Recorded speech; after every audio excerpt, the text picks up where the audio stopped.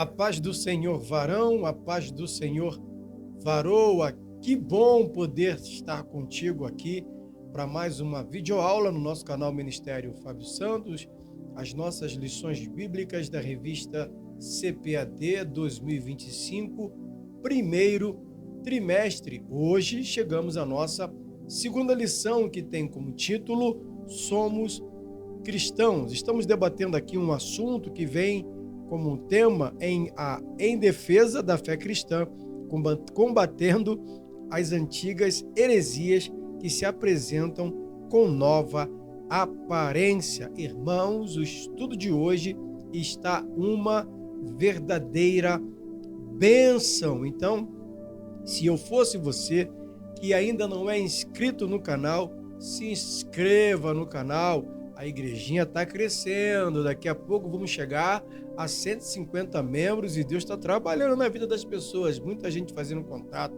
Assim que você se inscrever no canal, você também ative o sininho de notificações para que o YouTube avise a você todas as vezes que a gente subir vídeo novo aqui na plataforma. E não esqueça, em nome de Jesus, de deixar o like, o joinha. Ele é muito importante quando você gosta do vídeo e sinaliza com joinha. Por quê? Porque quando você deixa o like, o algoritmo, que é o robozinho que comanda o YouTube, entendendo que você gostando do vídeo, das aulas, essa aula ele vai recomendar para outras pessoas serem abençoadas, assim como você vem sendo abençoado, está sendo abençoado, e nessa aula com certeza será muito mais abençoado, com certeza absoluta, em nome do Senhor Jesus. Tá certo assim? Então, se inscreva no canal, assine o sininho de notificações, deixe o like para abençoar o nosso trabalho, para que a gente continue a crescer e a nossa igrejinha ir além.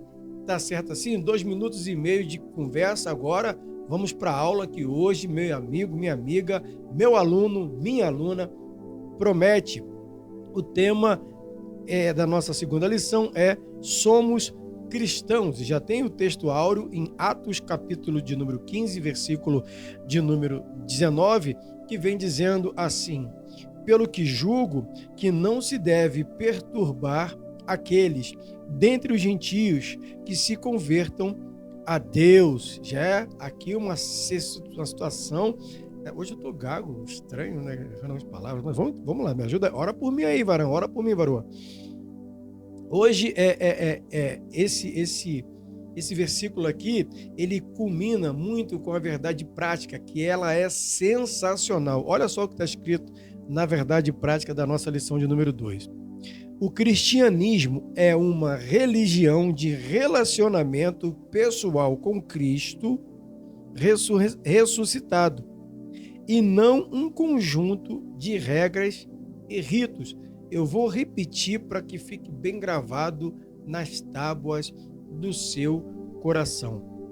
A verdade prática diz que o cristianismo é uma religião de relacionamento pessoal com Cristo ressuscitado, e não é um conjunto de regras e de rituais, como muitas pessoas vivem lá suas religiões. Tem que ter regra, se não for assim não está certo, tem que cumprir certos ritos. E veja, não estou falando apenas de religiões de matriz africana, muito menos da Igreja Católica. Eu estou falando também, ou principalmente, das religiões ou das denominações ditas evangélicas, que tem ali as suas regras, que ninguém consegue entrar, ninguém consegue ter como se fosse, não sei se a palavra caberia, mas um plano de carreira, de começar como alguém que aceitou a Jesus e vai crescendo a se tornar diácono, a auxiliar de trabalho, evangelista, e vai crescendo, daqui a pouco ele tem um rebanho para cuidar, daqui a pouco ele está avançando na obra de Deus. A gente não tem visto isso mais acontecer em algumas denominações ditas de Deus, ditas evangélicas. A coisa está indo para um caminho totalmente diferente daquilo que é a palavra. Por isso a verdade prática vem dizendo que o cristianismo é uma religião de relacionamento pessoal com o Cristo que está ressuscitado. A verdadeira religião é quando você se relaciona pessoalmente com Jesus que ressuscitou na cruz, que morreu pelo meu e pelo seu pecado, nos dando direito à salvação, apresentando para nós a graça e andando com a gente todos os dias, assim como ele prometeu, até a consumação dos séculos. E a nossa leitura bíblica em classe está no livro de Gálatas. Abra sua Bíblia, por favor, você que nos acompanha com a leitura. Gálatas, capítulo de número 1, Gálatas, capítulo de número 2, versículo do 1 ao 9 e depois o versículo 14. Você que está assistindo, aí está pensando assim, poxa, pastor, o senhor está falando, não deu tempo de eu abrir a Bíblia em Gálatas. Não tem problema. Pausa o vídeo rapidinho, porque é gravado. Aí você abre aí Gálatas, capítulo 2, a partir do primeiro versículo, e depois você volta assistindo o vídeo e a gente continua a aula. Tá certo assim? Vamos lá então. Gálatas, capítulo 2, versículo do 1 ao 9, depois do versículo 14, diz assim: Depois, passado 14 anos, subi outra vez a Jerusalém com Barnabé, levando também comigo Tito. E subi por uma revelação e lhe expus o evangelho que prego entre os gentios e particularmente aos que estavam em estima, para que de maneira alguma não corresse ou não tivesse corrido em vão. Mas nem ainda Tito, que estava comigo, sendo grego, foi constrangido a circuncidar-se. E isso por causa dos falsos irmãos que se tinham intrometido secretamente e entraram a espiar a nossa liberdade que temos em Cristo Jesus, para nos porem à servidão. Versículo de número 5. Aos quais nem ainda por uma hora cedemos com sujeição, para que a verdade do evangelho permanecesse entre vós. E quanto àqueles que pereciam, ou melhor, quanto àqueles que pareciam ser alguma coisa, quais tenham sido no outro tempo, não se me dá. Deus não aceita a aparência do homem. Esses, digo, que pareciam ser alguma coisa, nada me comunicaram. Antes, pelo contrário, quando viram que o evangelho da incircuncisão me estava confiado, como a Pedro o da circuncisão, porque aquele que opera eficazmente em Pedro para o apostolado da circuncisão, esse operou também em mim com eficácia para com os gentios. E, conhecendo Tiago, Cefas e João, que eram considerados como as colunas, a graça que se me havia dado, deram-nos a destra em comunhão comigo e com Barnabé, para que nós fôssemos os gentios e eles a circuncisão. Versículo 14. Mas quando vi que não andavam bem diretamente conforme a verdade do evangelho, disse a Pedro na presença de todos: se tu, sendo judeu, vives como gentios e não como judeu, por que obriga o gentio a viver como se fosse um judeu? Aqui Paulo desce-lhe o porrete no apóstolo Pedro, sem dó e sem piedade, porque o assunto ali, eles estavam num debate, numa conversa muito séria, e Paulo, ele explicando ali o chamado de Deus, olha, o Senhor me chamou porque aos gentios eu prego assim, eu prego assado, e enfim, dando um parecer ali do seu trabalho, até que Paulo começou até que Pedro começou a se comportar de uma maneira não muito honrosa, vamos colocar dessa maneira. Isso a gente vai ver no decorrer da lição, tá? Introdução, diz assim: a igreja herdou dos judeus muitas ideias e práticas no campo teológico e ético visto que a jornada histórica da igreja começou em Jerusalém no dia de Pentecostes, numa comunidade judaica. E esses pontos de interseção levaram alguns a confundir a lei de Moisés com a graça. Nesta lição, veremos que Gálatas 2 é um relato de um dos debates que mostram o limite entre judaísmo e cristianismo, e os apóstolos, principalmente Paulo, tiveram muita dificuldade de mostrar isso aos judaizantes. O primeiro tópico vem dizendo como título: prevenindo-se contra a tendência judaizante. O primeiro parágrafo diz assim, número 1, subindo outra vez a Jerusalém, Gálatas 2, do 1 e versículo 2. 14 anos depois da sua conversão a Cristo, Paulo sobe pela segunda vez a Jerusalém. Essa segunda visita foi para a revelação, não sendo uma convocação pelos apóstolos para a prestação de contas. Não podemos confundir uma visita de Paulo com a sua ida ao Concílio de Jerusalém, registrados em Atos, capítulo 15.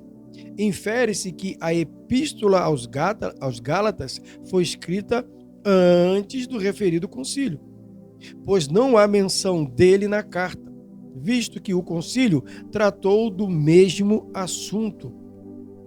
Somando os anos mencionados em Gálatas, podemos afirmar que essa visita aconteceu antes da sua primeira viagem missionária. 2. O objetivo da reunião. É bom lembrar que essa reunião não foi um concílio nem um sínodo. É possível que essa segunda visita, por meio de revelação, tenha ligação com Ágabo, pois a missão de Paulo, pelo que parece, foi levar donativos para os irmãos pobres da Judéia. Atos 11, do 27 ao 30, fala sobre isso. Aproveitando a ocasião, o apóstolo expôs o evangelho que vinha pregando aos gentios há 14 anos. Ele tinha convicção de que recebeu esse evangelho de Deus e estava consciente de que a sua subida a Jerusalém era em obediência a uma ordem divina, ou seja, nesses primeiros 2 parágrafos. O primeiro vem dizendo que havia sido a segunda vez que Paulo sai de onde ele pregava, trabalhava, servia ao Senhor e subiu para Jerusalém. Houve uma primeira vez que era uma reunião que tinha ali, que reuniam os apóstolos para uma prestação de conta. E ele entendendo, logo depois dessa primeira subida, antes dessa segunda aqui, não foi uma convocação, como seria uma terceira vez que ele subiu, porque houve um concílio, ou seja, uma reunião dos apóstolos para definir algumas questões ali acerca do ministério. Ele entendeu que esta segunda ida para lá era algo direcionado por Deus, porque o Senhor o abençoou para ir e em busca de ajudar a Ágabo, como a gente leu aqui, e ele estava levando mantimentos, levando comida, levando coisas para os pobres que Ágabo também estava evangelizando e ganhando para o reino. Então, ele estava indo fazer a obra missionária, ele estava indo fazer um trabalho de assistência social, e uma vez que ele estava em Jerusalém, lógico, ele se reuniu ali com Paulo, ou melhor, com Pedro, com João e com Tiago e com os demais servos do Senhor ali, e começaram a ter esse debate, essa reunião, foi onde começaram a ter toda essa conversa que a gente está tendo. Tanto que o tópico, ou melhor, que o parágrafo 3 aqui do primeiro tópico diz assim: Tito e a circuncisão. Barnabé era judeu. Isso aqui é muito interessante prestar atenção. Dobre a sua atenção por aqui, por favor. Barnabé era judeu. E seu nome aparece 3 vezes nesse capítulo. Sua presença na reunião em Jerusalém não seria um problema. Tito, no entanto, sendo grego, foi um risco que Paulo correu. Mas não foi uma provocação introduzir um incircunciso no seio dos judeus. Os judaizantes queriam que Tito fosse circuncidado. Encontramos no Novo Testamento a compreensão e a tolerância de Paulo com os fracos na fé a ponto de circuncidar Timóteo, mas ele era judeu, pois sua mãe era judia. No entanto, essa reunião em Jerusalém, aonde expôs o evangelho que pregava aos gentios, ele não cedeu nem um pouco, nem por uma hora. Isso por duas razões. Tito era grego e porque estava em jogo a verdade do evangelho e o futuro do próprio cristianismo. Então veja, nesta segunda subida que ele teve com os apóstolos, ele levou Tito, que era grego. Tito não era do povo judeu, ele não era hebreu, ele não era israelita. Barnabé era, então Barnabé poderia, como judeu, estar nessa reunião. O outro que a gente leu aqui, mas que Tito, sim, eu me perdi aqui, deixa eu só achar aqui uma parte que eu queria explicar aqui, que é muito importante. Barnabé era judeu, o seu nome aparece. Tito era grego, Tito não era.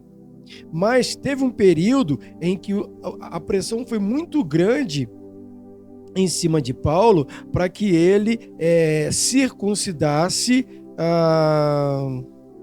a Timóteo, que era um jovem, mas Timóteo foi circuncidado porque a mãe dele era judia, então ele não foi circuncidado quando criança ao 8º dia, mas por ser filho de uma mulher judia, ele era judeu, então Paulo o circuncidou, ok, mas ele não estava obrigado a circuncidar Tito. Tito já era o resultado do evangelho pregado ao gentio, alguém que não nasceu em Judá, que não nasceu em Jerusalém, que não nasceu em Israel.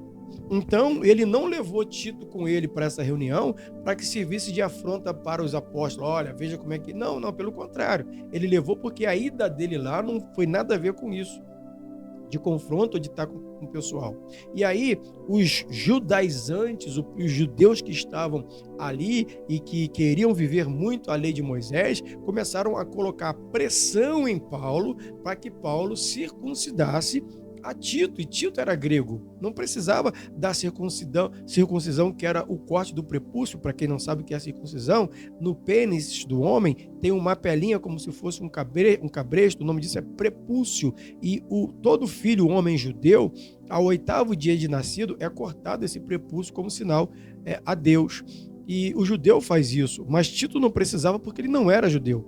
Timóteo, até de tanto botar impressão em Paulo, tá bom, para não ficar chato, nós vamos fazer, mas ele vai fazer porque a mãe dele é judia. Tito não precisa. E aí, assim discorreu toda essa primeira parte dessa reunião, aonde começaram a colocar essa pressão toda em Paulo. Olha, você tem que circuncidar Tito, porque Tito, se ele está com a gente, ele tem que ser os costumes judeus, ele tem que fazer o que nós judeus fazemos. E Paulo não concordou, porque ele entendia que quem tinha que pregar para o judeu com o costume judeu e viver tudo aquilo em Cristo da forma dos judeus, Deus levantou a vida de Pedro.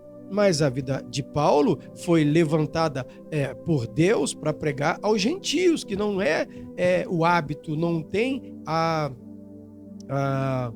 os costumes, as regras do povo judeu. Eu e você somos esse resultado de Tito. Nós somos gentios. E tem muita gente que pega a Bíblia, pega a lei que está na Bíblia, que foi específica para o povo judeu, e quer que a igreja de hoje, 2025, viva exatamente aquilo que o judeu viveu.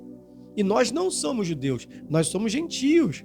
Para nós é graça. Irmãos, entenda uma coisa: o povo de Israel precisou da lei lá em Moisés para poder entender Deus. Nós somos da graça, a gente não precisa de uma lei para poder alguém nos mostrar que matar é errado. A gente não precisa de uma lei escrita para poder dizer que cobiçar a mulher do próximo é errado. A gente não precisa de uma lei escrita para dizer que mentir é errado. A gente sabe que é errado. Mas por que virou lei? Para que as pessoas parem para atentar e parem de fazer. Aquelas pessoas que têm a maldade e não têm a consciência que isso está errado. O Evangelho veio para nos dar consciência do que é certo e do que é errado, sem a necessidade disso estar escrito em lei. Se caso a gente descumprir, seremos castigados duramente, porque a lei serve para isso. Se você não cumpre a lei, você é passível de punição, porque você descumpriu a lei vigente de algum lugar. Número 2, a tendência judaizante no início da igreja. Isso aqui é bem interessante. Primeiro parágrafo. O espanto do apóstolo. Tão logo Paulo retornou à sua viagem, ficou sabendo que os irmãos da Galácia estavam vivendo outro evangelho. Olha que coisa de maluco. E isso deixou o apóstolo estarrecido e atônito pela rapidez do desvio deles. O verbo grego metatiteste, é esse mesmo? Caramba. Rapaz, tem umas palavras aqui que derruba a gente, hein? Ó, metatiteste. Deve ser isso. Se não for, me ajuda aí. Bota aqui no comentário a palavra, a pronúncia correta, me ajuda, tá bom? Mas a princípio vamos pensar que seja isso. Metatiteste, que significa deixar, abandonar, desertar, mudar de pensamento, virar a casaca. Que o apóstolo Paulo empregava nessa mensagem. Era usado na antiguidade quando alguém desertava do exército ou se rebelava contra ele. Isso significa também mudança de partido político, filosofia e religião.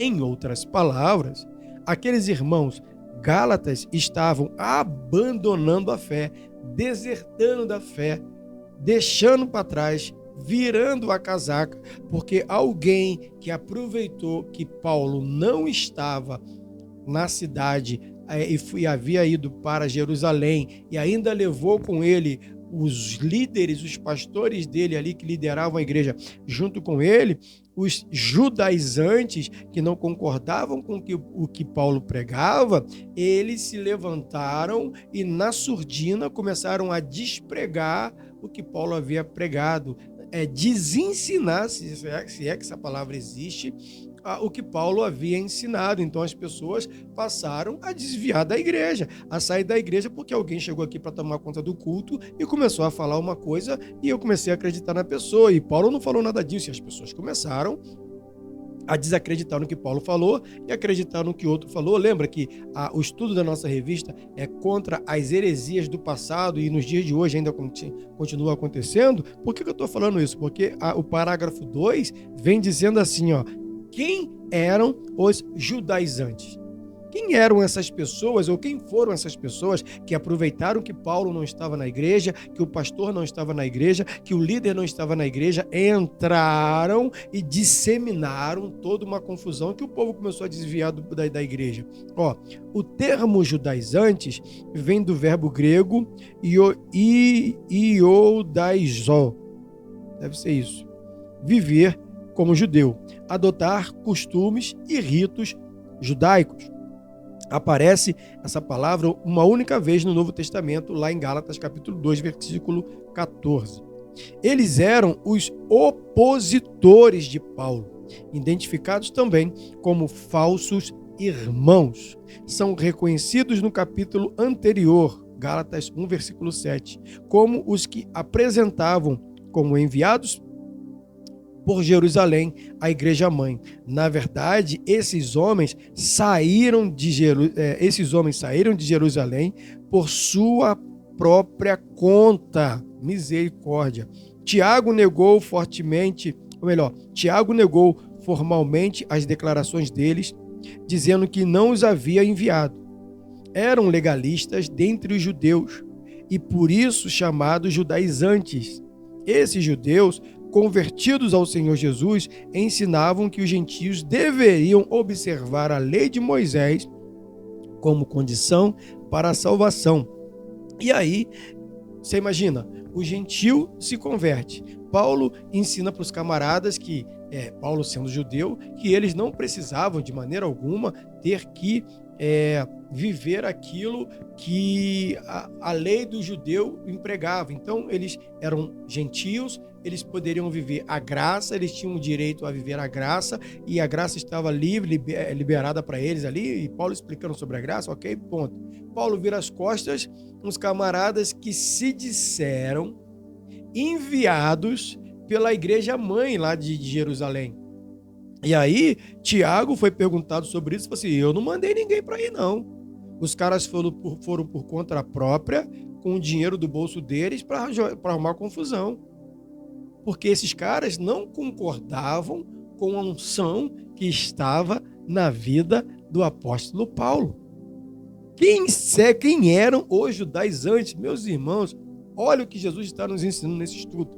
Os judaizantes são aqueles que se converteram em Jesus, mas que ainda querem a prática da lei. São aquelas pessoas que não aceitavam o chamado de Paulo. São aquelas pessoas que não aceitam o meu chamado, o seu chamado. São aquelas pessoas que, se a gente não cumpre determinadas regras, a gente não tem direito a ser nada na igreja, a fazer nada na igreja. Porque ela cumpre a regra, ela faz tudo direitinho, porque ela é judeu, mas ela tem Jesus e ela faz, então ela merece um lugar de destaque. Mas aí quando o Senhor me levanta, quando o Senhor te levanta para fazer alguma coisa, são essas pessoas que são os nossos opositores. Ou seja, os que estão do nosso lado, dentro da igreja, são os que torcem para que a obra de Deus, feita pela minha vida, pela sua eclésia, pelos seus amigos, pelos que você conhece, não aconteça. Automaticamente são os inimigos da igreja. E como Paulo chamou aqui a vida dessas pessoas, irmãos, até pulei aqui a parte que chama eles. Ai, Jesus, me ajuda aqui. Falsos irmãos. Paulo chamava esses camaradas de falsos irmãos. Por que falso irmão? Porque na frente somos amigos, na frente a paz do Senhor, na frente, aleluia, glórias a Deus, mas quando vira as costas, falam contra você, dizem que o que você falou não é de Deus, fazem grupinho, fazem reuniões às escondidas para denegrir a tua imagem, diz que você, só porque tem um talento, tem um chamado de Deus, tudo quer pegar, botar a mão para fazer. Se o pastor bota você para cantar, tá vendo? Lá vai ele cantar de novo, lá vai ela cantar de novo. Aí o pastor põe você para poder participar do teatro, lá vai ela, lá vai ele querer fazer teatro, achando que é melhor do que todo mundo, e não tem nada a ver. Pessoas assim que criticam as pessoas que têm esse dom, esse talento, são judaizantes. Não são nem chamados aqui de judeus, são chamados de judaizantes. Eu, pastor Fábio, vou além. Eu chamo de endemoniado dentro da igreja para bagunçar a obra do Senhor, que toma ceia, que dá dízimo, oferta, mas tudo eles reclamam, porque se eles não fizerem, não tá bom. E aí quando põe eles para fazer, eles não sabem fazer, ensinam errado e o povo começa a desviar da igreja. Exatamente como está aqui no estudo. E o terceiro parágrafo diz assim: clima de tensão. Não é necessário muito esforço para perceber quanto Paulo e Barnabé foram pressionados pelos judaizantes, diante dos demais apóstolos de Jerusalém. À luz do versículo 9, parece que somente João, Pedro e Tiago estavam presentes. Os outros apóstolos deviam estar em plena atividade missionária em outras regiões. Os judaizantes, chamados de falsos irmãos, conseguiram, olha que louco, furar o bloqueio e entraram sem serem convidados à reunião. E eram inimigos da liberdade cristã, do evangelho de Paulo e do próprio cristianismo.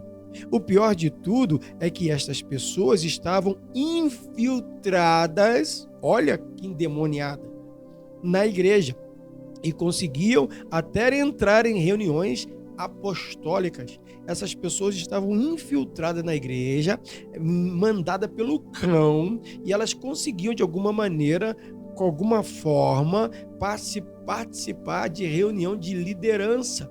E essas pessoas, na ausência até dos outros apóstolos, que estavam provavelmente, como nós lemos aqui, em labuta, em trabalho, em viagem missionária, não estavam nessa reunião, até porque não foi uma reunião convocada para que todos estivessem, foi uma visita de Paulo para um trabalho e acabou que aconteceu a reunião. Ele e Barnabé estavam na reunião e assim se deu. Mas esses judaizantes conseguiram furar o bloqueio e participar da reunião onde estava Pedro, estava Paulo, estava João, estava Tiago. Esses camaradas estavam lá, infiltrados, e conseguiam ali botar uma pilha e quase que bota pressão em Paulo. Se Paulo não tivesse a firmeza, não tivesse o Espírito Santo na vida dele, ele iria ceder e teria circuncidado a Tito. Irmãos, você tem noção do problema que traria para o ministério de Paulo se ele cedesse à pressão desses camaradas e circuncidasse a Tito. Com certeza, eu, varão, o senhor, varão, que está me assistindo do outro lado aí, homem, teríamos todos para aceitar Jesus, para sermos crentes, para termos a salvação no Senhor, termos que nos circuncidar, assim como aconteceu com os judeus. A gente seria obrigado a ter que passar por tudo isso que passou o judeu, só porque a gente aceitou a Cristo. Então, toda a liberdade cristã, todo o propósito do cristianismo, do parecer com Cristo, iria por água abaixo. Paulo, com certeza, não seria ou não teria reconhecido o teu ministério como é o grande homem da Bíblia depois de Jesus Cristo, no Novo Testamento. Considerado pela maioria dos que leem e estudam a Bíblia, sendo cristãos ou não. Consegue entender como foi importante Paulo não ceder, como diz aqui, nem uma hora, nem um milímetro para essas pessoas entrarem e movimentarem uma ideia para que ele errasse contra Tito? Tito, com certeza, acredito que em obediência teria sido circuncidado, mas Tito era grego, não precisava da circuncisão de prepúcio. E Paulo fala em Gálatas, fala em outros livros, que Deus não tem interesse principalmente na pessoa que, para adorá-lo, precisa circuncidar-se de prepúcio, mas tenha que circuncidar o coração. Ou seja, não corte o seu prepúcio para você mostrar que é de Deus. Mostre que você é de Deus nas suas atitudes diárias, todos os dias. Irmãos, hoje eu tive uma experiência no trabalho maravilhosa, assim, sabe? Linda, linda, linda, linda. Foi um casal lá comprar uma ração. Eu estou falando lote de ração porque você deve ter visto outros vídeos meus, nossa, aqui na aula, eu dizendo que eu estava de moto, enfim, eu trabalhava de motoboy, aí eu caí de moto, me machuquei, vendi a moto e comecei a trabalhar numa loja de pet, que vende rações e medicamentos e produtos para os animais. E eu estava atendendo um casal, vendendo ração para eles, e começamos a conversar, e a menina, ela falou que eu parecia muito com o tio dela, que eu era muito extrovertido, de conversa e tal, e a gente começou a conversar, e eu comecei a falar para ela da alegria que eu tenho em acordar, porque eu não trabalho pelo salário que eu ganho. Aí ela me olhou assim, sem entender, como assim? Eu falei, menina, eu não trabalho por causa do salário, eu trabalho para agradecer a Deus a oportunidade de exercer um dom que Ele me deu, que é de servir. Eu estou aqui servindo vocês, não porque meu patrão vai me pagar agora no início do mês. Eu estou aqui porque eu quero alegrar vocês, eu quero que vocês vão para a casa de vocês e falem de mim. Eu sou pastor. Você é pastor? Jesus. Começamos a falar de Jesus ali e eles foram para casa felizes, porque eu disse isso para ela. Eu não trabalho pelo dinheiro. O dinheiro eu sei que ele vai cair na conta, porque 30 dias ali tem um valor a receber que vai sanar o que eu preciso pagar. Legal, problema algum. Mas eu falei para ela, a coisa boa da vida, e eu aprendi isso quando Deus me tirou da depressão, sem tomar nenhum medicamento, sem procurar nenhuma ajuda profissional, o próprio Deus me curando disse que eu precisava mudar a rotina e eu precisava ter alguma coisa para fazer desde a hora que eu acordasse até a hora de dormir, para que eu não ficasse ocioso. O tempo em que eu ficasse ocioso era onde eu estava correndo o risco de voltar para as crises as crises depressivas. Então, com isso, eu comecei a gostar de estar vivo, comecei a gostar de ajudar pessoas, e hoje eu falei para ela, falando para ela, para o casal, eu não preciso trabalhar por causa do dinheiro. Eu trabalho para agradecer a Deus, para honrar o dom que Ele me deu de servir. Eu ajudo qualquer pessoa aqui na empresa. Hoje eu falei para eles, começou um garoto hoje com a gente aqui, eu estou conversando com vocês, se ele me chamar para fazer qualquer coisa para ajudar ele, eu deixo vocês aqui, termino de atender vocês, ou então eu peço para alguém terminar o atendimento e vou lá atender e servir esse rapaz, independente se ele começou hoje ou se ele é o mais velho da empresa. Porque é uma coisa que está em mim, de dentro para fora, e eu entendi. Irmãos, o que eu estou dizendo para vocês nesse estudo? A gente precisa viver a mordomia de Cristo. A liberdade cristã me fez ser mordomo, cuidar de tudo que é de Deus. E a maneira que eu tenho de cuidar daquilo que é de Deus é servindo ao próximo, sem se importar com aquilo que ele acredita, com aquilo que ele acha. Eu não estou nem um pouco preocupado se a pessoa que foi lá é de matriz africana, se é kardecista, se é... não importa. Importa o seguinte: entrou na loja, sou eu quem vou atendê-la, a pessoa, então eu vou atender da melhor maneira, vou puxar um assunto, vamos trocar uma ideia, e o assunto que ela trouxer para mim eu vou conversar: futebol, política, religião, qualquer assunto, sem discriminação. Quantos casais homossexuais de homens e meninas entram lá e a gente tem a mesma conversa, a gente bate papo sobre várias questões, principalmente sobre animais, que a loja é sobre venda de animais, e assim a gente vai vivendo, conversando com uma pessoa que é gentil. Então eu não posso chegar para essas pessoas e impor a elas uma regra, por exemplo, que é da Assembleia de Deus, porque tem pessoas que vão lá que não são da Assembleia de Deus. Tem pessoas que vão lá e que nunca leram a Bíblia. Como é que eu vou colocar uma lei da Bíblia para ela poder viver se eu fico amigo delas? Se eu quero ganhar elas para Cristo, eu tenho que ensinar elas que Jesus é a liberdade.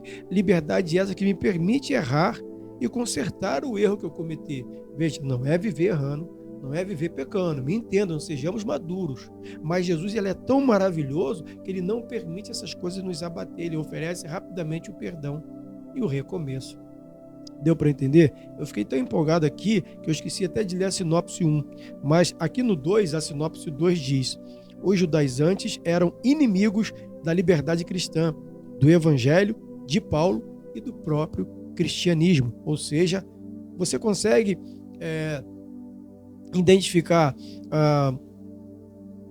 um judaizante na sua igreja, na sua casa, na sua família? No seu trabalho, você consegue identificar um judaizante? Vou repetir: o que é um judaizante? É aquele que é nascido como judeu, aceita Jesus Cristo como Senhor da sua vida, mas diz que para você receber algo de Deus como salvação, como bênção, seja lá o que for, você precisa cumprir regras. E se você cumpre regras, irmãos, você está merecendo receber, e nós não merecemos nada, porque o nosso pecado fez com que a gente não merecesse nada.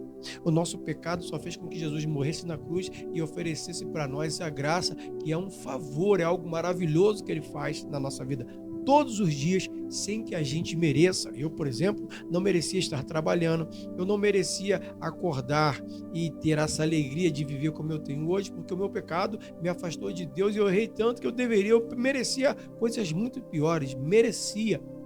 E ainda acredito que mereço, mas Deus não quis assim, então ele me oferece a graça, vestido de graça, banhado de graça, mergulhado na graça. Eu tenho a oportunidade de acordar todos os dias sabendo o que eu vou fazer, desde a hora que eu acordo até a hora que eu vou dormir, porque eu tenho a alegria em servir e ser mordomo de Cristo. Deu para entender? Vamos seguindo aqui, que a aula está uma delícia. Parte 3. A tendência judaizante hoje. Olha como é que funciona nos dias de hoje, segundo o escritor pôs aqui na revista para nós. O mesmo evangelho. O evangelho é um só, não tem dois evangelhos. O evangelho de Pedro e de Paulo, também chamado respectivamente do evangelho da circuncisão e o da incircuncisão, são meras formas de apresentar, pois o conteúdo é o mesmo. Ambos receberam uma incumbência da parte de Deus, mas com audiências diferentes. O compromisso de Paulo era com os gentios. Ele foi constituído por Deus apóstolo e doutor dos gentios. 1 Timóteo 2:7 fala sobre isso, 2 Timóteo 1:11 também fala sobre essa parte de Paulo, para pregar os que não eram judeus. E o de Pedro era com os judeus, mas a mensagem é a mesma. Perdão. Por que está dizendo nessa parte aqui o mesmo evangelho? Se você chegar numa tribo de índio como missionário e for pregar para os camaradas lá, a história da mulher do fluxo de sangue é a mesma. A história de Jesus abençoando os discípulos e mandando eles pescarem e fazendo a multiplicação dos peixes é a mesma. O Sermão do Monte É o mesmo. Não muda, é o mesmo texto. A diferença é que você vai pregar para um povo diferente.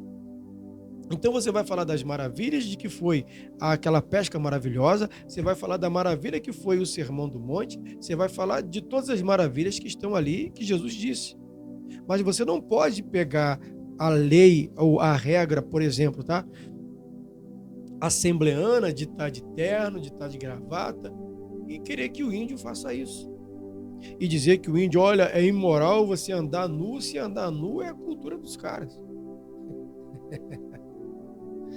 Olha, tudo bem, se ele vier para a nossa cidade, olha, eu vou te levar numa cidade, lá onde a gente mora, lá a forma que você anda não é legal, então essa roupa para você usar lá. Quando você voltar para o teu povo, viva do teu jeito. Não é mudar os costumes, é mudar a crença. Não é mudar o jeito de ser daquele lugar, mas mudar o caráter de estar naquele lugar, ou em estar naquele lugar. Porque o evangelho é o mesmo. Aceitar o Jesus é o único Jesus, não existe dois Jesus. Tudo bem que Pedro foi para os que eram judeus e Paulo para os que eram não judeus. O evangelho que Paulo pregou alcançou a nós aqui nos confins da terra. O que Pedro pregou não nos alcançou, porque não foi Pedro levantado por Deus para pregar para nós, mas sim Paulo. Hoje nós temos acesso à pregação de Pedro, porque está na Bíblia, a gente tem acesso à Bíblia, ok. Mas de pessoa andando e fazer todo um trabalho, Pedro não tem isso aqui de participação na nossa conversão. Ah, Pedro é o Papa da igreja, o primeiro Papa. Não. Isso é conversa fiada, conversa outra. Ele falou para outra conversa. Eu não vou entrar nesse mérito aqui, que para alguns é polêmico, mas para mim é tão simples de entender. Eram 12 apóstolos, Jesus não deixou um responsável. Tanto que nessa reunião, Pedro não estava sozinho como responsável da igreja. Estava com ele Tiago e estava com ele João. E os outros que não estavam por outras razões óbvias. Então, Pedro nunca estava sozinho ali para mandar e desmandar. Então, tem muita coisinha que as pessoas precisam estudar um pouco mais. E você está estudando. Você está aqui para isso. Eu agradeço. E só para não esquecer, que não é inscrito, está gostando da aula? Se inscreva no canal, que tem muita coisa boa por aí. Vamos embora. Parágrafo de número 2. O perigo da doutrina judaizante. Os apóstolos viam em tudo isso dois problemas sérios: a ameaça à liberdade cristã e o perigo do cristianismo se tornar uma mera seita judaica. Os cristãos judaizantes alternavam o cerne do evangelho, pois colocavam a lei como cumprimento da obra que Jesus efetuou no Calvário. Era, de fato, outro evangelho. Por isso o apóstolo Paulo os amaldiçoou em Gálatas 1, versículo 8 e 9. Na verdade, quem tem o Espírito Santo vive pelo Espírito. Então, contra a tendência judaizante, é preciso aprender e viver na dependência do Espírito e não da lei, lutando contra os vícios da carne e buscando as virtudes do fruto do Espírito, porque o perigo da doutrina, do ensinamento dos judaizantes é que você precisa cumprir uma série de coisas para poder ser abençoado. Você precisa subir o monte se quiser ouvir a voz de Deus. Você precisa acordar de madrugada se quiser ouvir a voz de Deus. Você precisa ler a Bíblia, sei lá quantos capítulos por dia, se quiser ouvir a voz de Deus. Tudo bem que você pode fazer tudo isso e você vai ouvir Deus falar com você, porque você está fazendo algo para ter uma resposta, para ter uma interação, um relacionamento com Deus. Mas isso não é primordial. Deus fala com muita gente sem que a pessoa precisa ler a Bíblia. Como é que ele vai falar, por exemplo, com um cego? Como é que ele vai falar com um surdo? Se o surdo ele tem acesso à leitura, mas como é que ele vai ouvir a voz de Deus se uma pregação ele não ouve, apenas a leitura? Como é que um cego não tem uma Bíblia em braille se ele não ouvir uma pregação, ninguém conta para ele só tem a audição e ele não consegue enxergar? Como é que funciona isso? Então, existem coisas que as pessoas inventam demais e o simples ninguém quer viver e nem fazer. Então, se você tem o Espírito e vive na dependência do Espírito, você não precisa da lei. Se eu tenho o Espírito em mim e o Espírito me diz que furar aquele sinal vermelho é pecado, é errado, é uma falha, por que é que quando o sinal estiver vermelho, eu vou avançar o sinal? O Espírito vai me falar, olha, não faça, diminua a velocidade, olha, não seja assim. E se eu errar, ele vai falar assim, olha, tu vacilou lá atrás, lá, hein? Olha, tu vacilou. E eu vou ser multado? De repente não, porque a misericórdia possa me alcançar e eu não ser multado. Mas às vezes eu vou ser multado porque eu descumpri uma lei, uma regra, algo que já estava estabelecido como regra. Mas eu também não deixo de ser feliz por ter descumprido a regra. Me arrependi, pago a multa e não erro mais. Posso passar ali mais 200 vezes naquele sinal que eu não vou cometer a mesma falha, porque eu errei uma vez e veio a punição e o Espírito me ensinou e me mostrou que aquilo ali eu não deveria ter feito. Então eu vivo pelo Espírito. Ele direciona a minha caminhada. 3. As práticas judaizantes atuais. Como é que eles atuam nos dias de hoje? Elas são basicamente a guarda do sábado, observância rigorosa da kashrut, termo hebraico para as leis dietéticas do judaísmo, a liturgia da sinagoga, o uso do shofar, trompa, geralmente feito de chifre de carneiro, o uso de talit, o manto ou chalé usado para a oração e o uso do kippar, o solidel que os judeus religiosos usam sobre a cabeça. Letra A. Os judeus messiânicos principalmente, em Israel, seguem a tradição judaica. Isso acontece simplesmente para preservar a identidade cultural deles e tem amparo neotestamentário. E alguém chamado estando circunciso, fique circuncidado. 1 Coríntios 7, versículo 18. Ou seja, na conversão de Cristo, ou melhor, na conversão a Cristo do judeu, ele não precisa mudar sua tradição de cultura. Então, hoje em dia, o judaizante, se ele usa o kippar, se ele usa o shofar, que é tocar aquela trombetazinha lá que o pessoal na pentecostal usa, se ele usa o talit, se ele usa o kippar, que é aquele chapeuzinho que o rabino costuma usar, inclusive é muito parecido com a minha careca, assim. Se ele tem essas práticas sendo judeu e aceita Cristo, ele, por ser judeu, querendo continuar a usar isso, legal. Só não pode querer que eu, negão, crioulo, vindo da África, minha família, meus parentes, tudo a negralhada do nariz grande e do beiço grosso. E a gente tem que fazer esse negócio aqui. Eu consigo acreditar em Jesus como eu acredito, mas eu tenho que usar esse negócio aqui? Eu tenho que tocar chofar para poder atrair a presença de Deus? Isso quem faz é os judeus. Não é nós vindo da África e tem outros mais por aí. Letra B.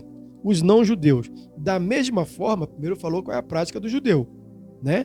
Agora, o que não é judeu, da mesma forma, é alguém chamado estando incircunciso, ou não se circunde. Ou seja, para os judeus, se você é circuncidado,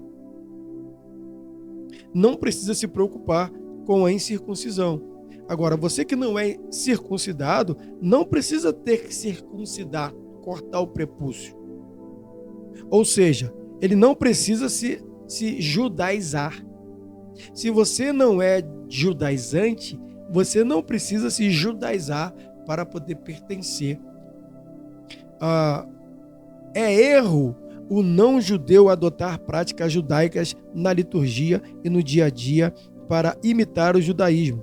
Paulo conclui, cada um fica na vocação a que foi chamado. Ou seja, se a gente tiver no Brasil a mesma situação que tem lá em Israel, por exemplo, quando os muçulmanos têm o som da Meca, lá que toca aquela buzina, é hora da oração, da reza, dos países muçulmanos tem isso, Marrocos, enfim, Catar, muitos países muçulmanos, aí para tudo, a pessoa vai lá rezar, aquela coisa toda.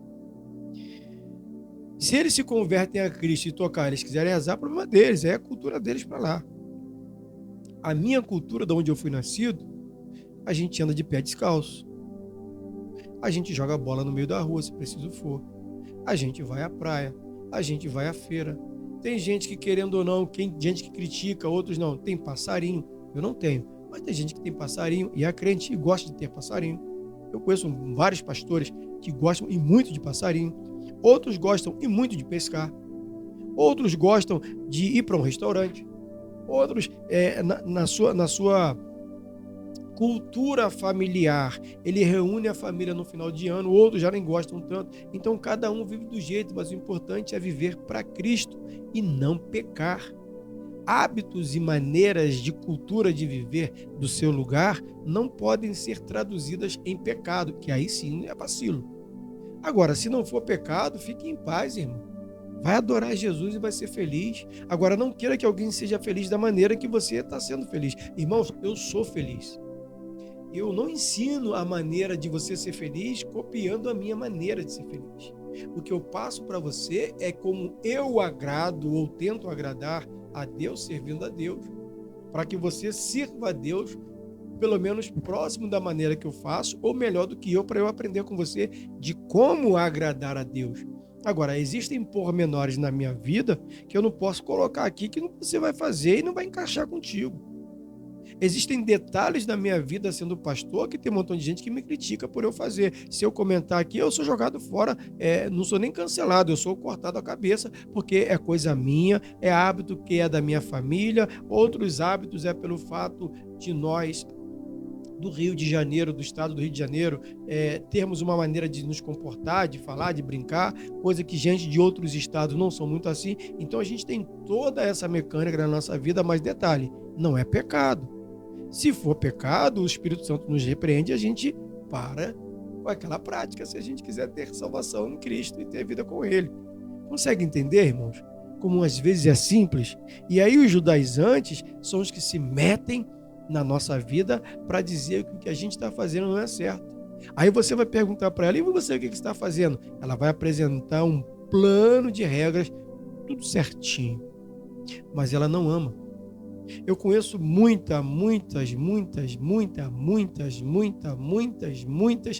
pessoas cristãs, crente desviado, enfim, que a vida é um verdadeiro demônio em volta dela. Ela é crente, é beata, faz tudo parecer certo, mas é uma pessoa que ninguém quer estar perto. Os filhos não têm prazer em estar perto. O cônjuge não tem prazer em estar perto. E muitas das vezes odeia quando está perto de uma outra pessoa. Ou seja, tem cônjuge de crente que até fica perto dele à noite para dormir na cama, porque ali não tem ninguém, só tem eles, e não tem como dormir na sala, tem que dormir, tem que conviver ali. Mas odeia estar junto quando está reunido com outras pessoas, porque sabe que aquela pessoa vai falar uma série de asneiras, principalmente quando o assunto religião entrar em pauta, quando o assunto Jesus entrar em pauta, porque ela vai chegar cheia dos não me toque.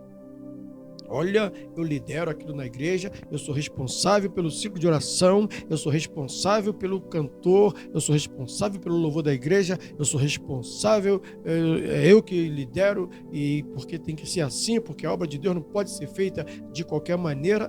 Tudo bem, até acredito que seja dessa maneira e concordo. Agora, tratar as pessoas e a sua família da maneira que você trata é pior do que fazer o que você diz que as pessoas fazem relaxadamente a obra de Deus. Porque quem faz a obra de Deus relaxadamente, Deus tira e bota outro. A família que você não cuida bem, ela desvia e vai para o inferno. Deu para entender? Sinopse 3 para a gente fechar. Contra a tendência judaizante é preciso aprender a viver na dependência do Espírito e não na dependência da lei. Conclusão. O resultado da reunião foi desfavorável aos judaizantes, glórias a Deus. Só o fato de o apóstolo Paulo, sendo judeu,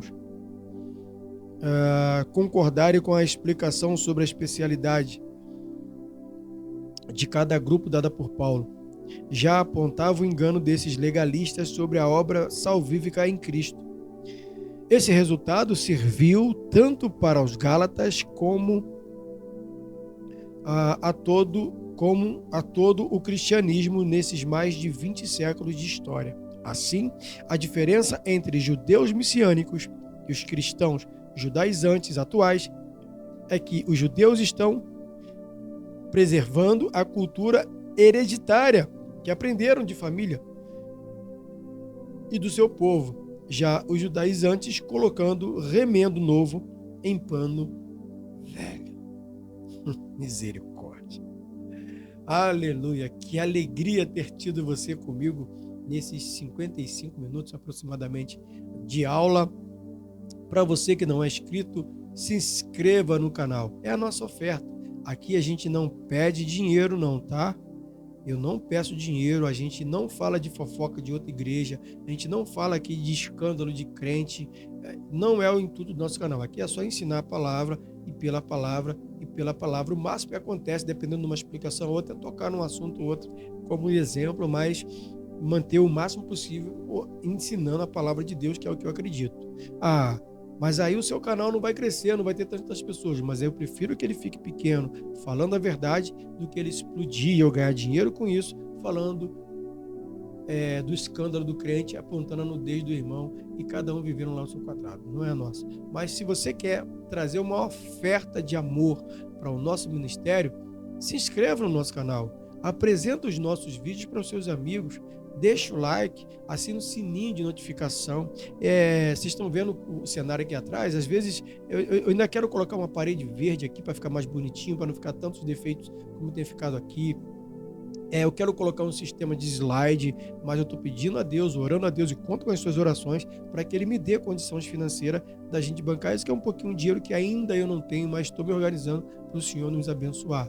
Então, a gente não vai te pedir dinheiro, apenas a sua amizade, a sua atenção, a sua audiência e a sua participação. De novo, se inscrevendo no canal, deixando o like, que é muito importante em todos os nossos vídeos.